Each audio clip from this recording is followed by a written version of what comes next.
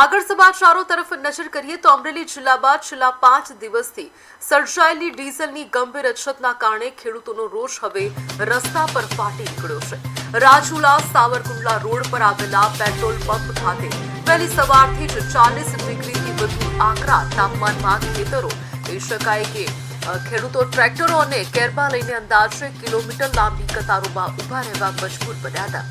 ખેડૂતોના જણાવ્યા અનુસાર ખેતીની સીઝન નજીક હોવાથી ખેતરમાં વાવણી પૂર્વેની તૈયારીઓ ટ્રેક્ટર અને પંપ સેટ જેવા કૃષિ સાધનો માટે ડીઝલ અત્યંત જરૂરી છે, જે ન મળતા ખેતી કામ ઠપ થઈ ગયું છે। દિવસ રાત લાઈનોમાં ઊભા રહેવા છતાં પૂરતો જથ્થો ન મળતા આખરે કંટાળેલા ખેડૂતોએ પંપ પરથી સીધા પીપાવાવ રાજુલા સ્ટેટ હાઈવે પર આવીને ચક્કાજામ કરી ઉગ્ર વિરોધ પ્રદર્શિત કર્યો છે।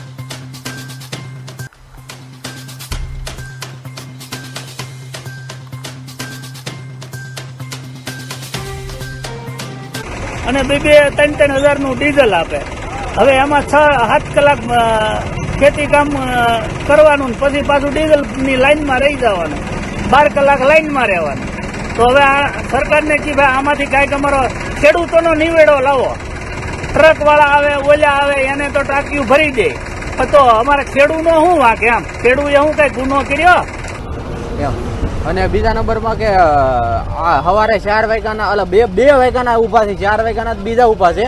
અમે તો 2 વાગ્યાના ઊભા છીએ તોય વારો નથી આવતો, અને માણસો આડા 5-5 10 ટ્રેક્ટર નાખે આડા વચ્ચે। હવે એનો શું નિકાલ કરવો? સરકારને કંઈક આનો આગળ પગલું વધારવું પડે એમ છે સરકારને।